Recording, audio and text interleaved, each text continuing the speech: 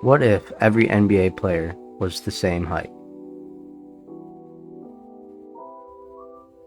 With the average height of an NBA player being around 6'6", I decided to use 2K to answer the question, what if every NBA player was 6'6" and the same exact height?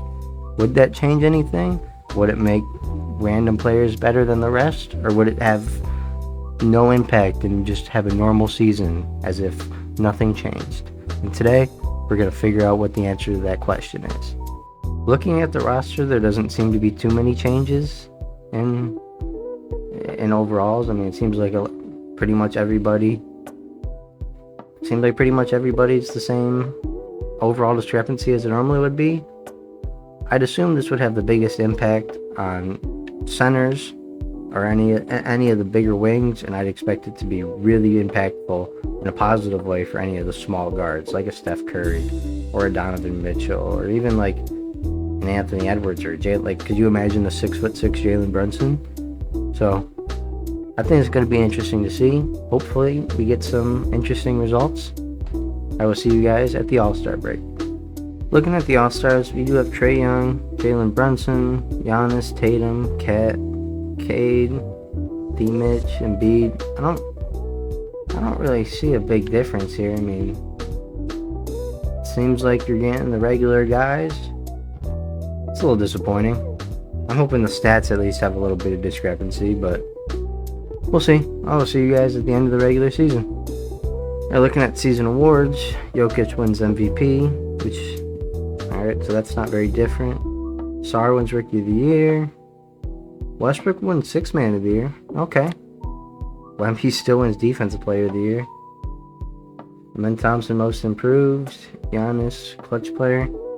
I don't know if I'm seeing any differences, and it's kind of making me sad. Looking at All NBA First Team, still the normal guys. I mean, I'm really hoping some of the stats are different, because it seemed like the centers almost got better being smaller, which I don't understand. All defensive teams, yeah, it's all big men. I don't get it. Really, none of the guards improved in this sense. Looking at standings, the Knicks led the East, followed by the Raptors. Okay, that's surprising. Alright, it's looking like the standings are a little more surprising. Boston seemed to fall off a little bit. Chicago and Brooklyn. Okay, I mean, the records aren't great, but that's still interesting that they're even in the play-in in the first place. Milwaukee. So it did seem to really impact Giannis, even if stats-wise don't say so. I mean, they're barely a playoff team. Magic fell out. The rest of it's pretty expected, but alright, so we're seeing some differences when it comes to records. Minnesota's good, San Antonio's good. This all seems very similar. Sacramento, okay. Any big drop-offs? Houston's not very good. Memphis was a playoff team. Damn, so they really dropped off. Not a ton of differences in the West. I mean, it really seemed to help out Minnesota and San Antonio, but OKC takes a little bit of a drop. Nuggets do take a pretty big drop. Okay, so this has seemed impacted, records a little bit, but still nothing too crazy. I'm really, really looking forward to seeing the stats here. Here we go. This is what you like to see. So, well, you still have, Shea leading the league in points. Look at all of these guards leading in points. Yeah, you still got Jokic in there, but it's mostly these point guards that really, stepped up. I mean, you're seeing a couple of the big name wings start to step in, but I mean, the top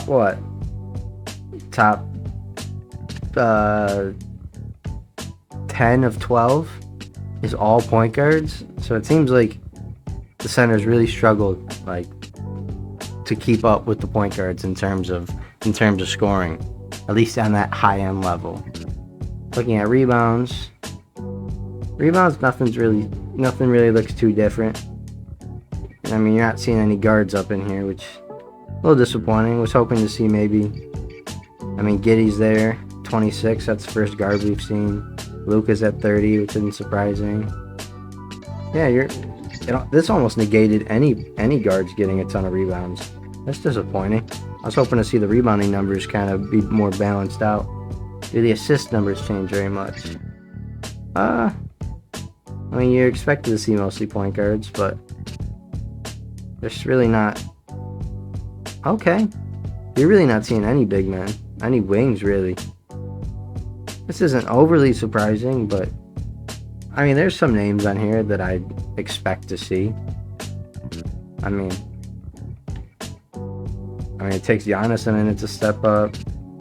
You don't really see any of the big men. Sabonis even up here? He is. I mean, I guess I can't say it's completely wrong, but I don't know. Something about it just... I'd expect to see a couple more big men or wings on here, on this list. Where's Tatum? Tatum's a pretty good facilitator for a wing. Is he on here at all? Oh, he's not even in the top 40.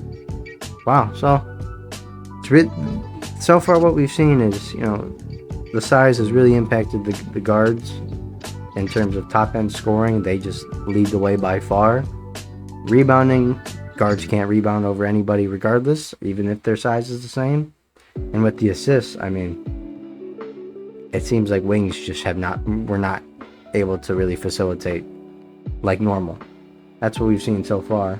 I doubt the steals numbers should be too different. It should be pretty much the same guys. Same with blocks. I mean, you're not going to see any point guards on here. That's not surprising. Field goal percentage. You are seeing a couple more guards really having some high field goal percentage. I mean, there's no real height. There's no height difference anymore, so it makes some sense. That is interesting. I didn't think about that. Some of these guards, I mean, there's no 7-footer in the paint anymore. If you're good at getting to the rim, I mean, you have the same height. There's no advantage anymore. It's just a one-on-one, same height at the rim. Huh. That's cool to see. And a lot of guys are shooting above 50%. So this really impacted field goal percentage. Damn. How much of the league is over 50%? 64 guys are shooting over 50% from the field. That's amazing. I didn't think about that. That's very cool to see. 3-point percentage seems a little boosted. I mean, 3-point percentage has been increasing over the years, so it's not overly surprising. I mean, you're getting your normal guys over 40%. Nothing too different. All right, looking at the play-in. The Rockets are out. The Bucks are out. Wow. Clippers lose, and the Nets lose. That height really messed up Giannis. I mean, like I said, the stats said otherwise, but the team just wasn't very good. So now we got New York, Detroit, Atlanta, Indy, Cleveland, Boston, Toronto, Chicago. So that's changed a little bit. I mean, you're adding Atlanta, Toronto, and Chicago, which is surprising, but otherwise it's pretty similar. In the West, Dallas didn't make it. Sacramento didn't make it. San Antonio didn't make it. And Denver's the 7th seed. So it's a little bit different. I wouldn't say it's anything drastic, but we'll see who wins this. We'll see if anything changes really going into round 2. In terms of the West, this is pretty similar outside of Dallas. I mean, this is 3 of the 4 quarterfinals teams. I mean, it's really just Dallas that makes this weird. But looking on this side, I mean, if you have Atlanta and Chicago, those are 2 lottery teams that we're seeing make it to the second round. I mean, these are some big runs, and Boston is only a 6 seed as well. All right, so we get an identical Western Conference Finals, which is kind of upsetting. But Minnesota is the 1 seed, so maybe we'll see a different result in this series. But look at Atlanta.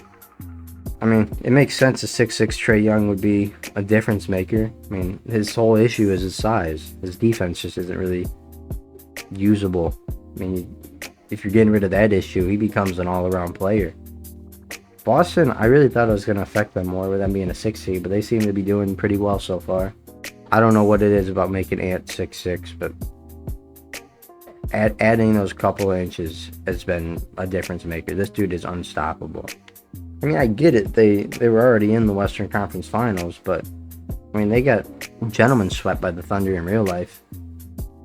Making everybody 6'6" has made the Timberwolves an unbeatable team.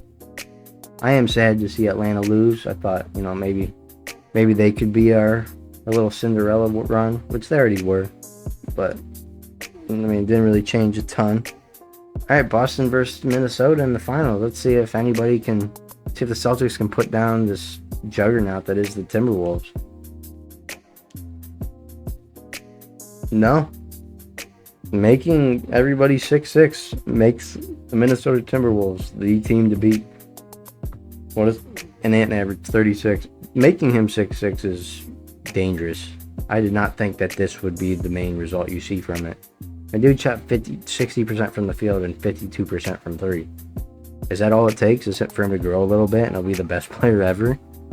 Alright, this was a little bit underwhelming, to say the least. I expected stats to be a little more skewed, records to be a little different. You didn't see a ton of differences, but there definitely was some nuances that changed. Some teams definitely outperformed what they were in real life when you make everybody the same height. Some teams really underperformed, but there wasn't anything drastic. The biggest takeaway I'll take from this is making Trae Young and Anthony Edwards 6'6" would be completely unfair to the league. Thank you all for watching. Hope you all enjoyed. Please like and subscribe. Peace.